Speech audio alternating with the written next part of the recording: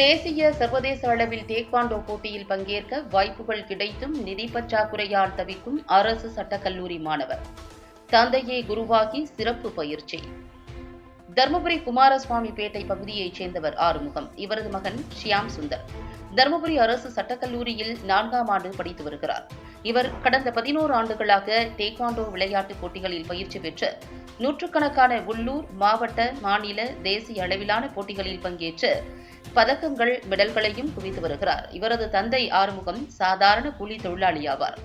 சிறு வயதில் இருந்தே தனது மகன் டேக்வாண்டோ போட்டிகளில் ஆர்வம் காட்டுவதை அறிந்து இதற்கான சிறப்பு பயிற்சி வகுப்புகளில் நிதி பற்றாக்குறையால் சேர்க்க முடியாமல் தான் கற்ற வித்தையை மகனுக்கு குருவாக இருந்து கற்றுக் கொடுக்க துவங்கினார்.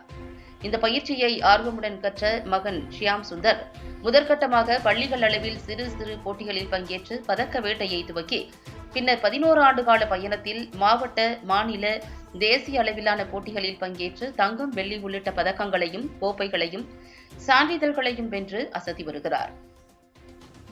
ஆனாலும் தேசிய அளவிலான போட்டிகளில் பங்கேற்க பலமுறை தகுதி பெற்றும் நிதி பற்றாக்குறை காரணமாக பங்கேற்காமல் போட்டிகளில் இருந்து விலகியுள்ளதாக வேதனையுடன் தெரிவித்துள்ளார்.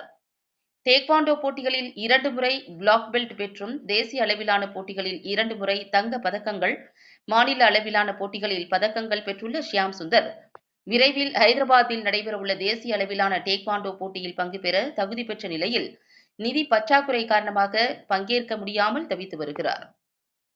கடந்த 11 ஆண்டுகளாக தனது தந்தை ஆறுமுகத்தின் கூலி தொழில் மூலம் பெற்ற வருமானத்தின் பெரும்பகுதி பணத்தை மகனின் கனவு, லட்சியத்திற்காக செலவு செய்த நிலையில் தற்பொழுது பணப்பற்றாக்குறையால் தவித்து வருகின்றனர்.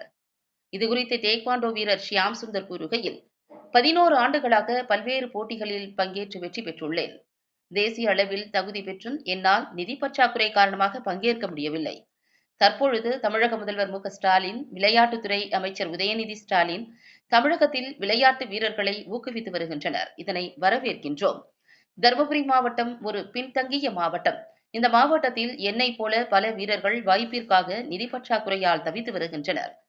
எங்களுக்கு போட்டிகளில் பங்கேற்க அரசு உதவி செய்தால் தேசிய மற்றும் சர்வதேச அளவில் தமிழகத்திற்கும் இந்தியாவிற்கும் பெருமை சேர்ப்போம் என மிகுந்த எதிர்பார்ப்புடன் தெரிவித்தார்.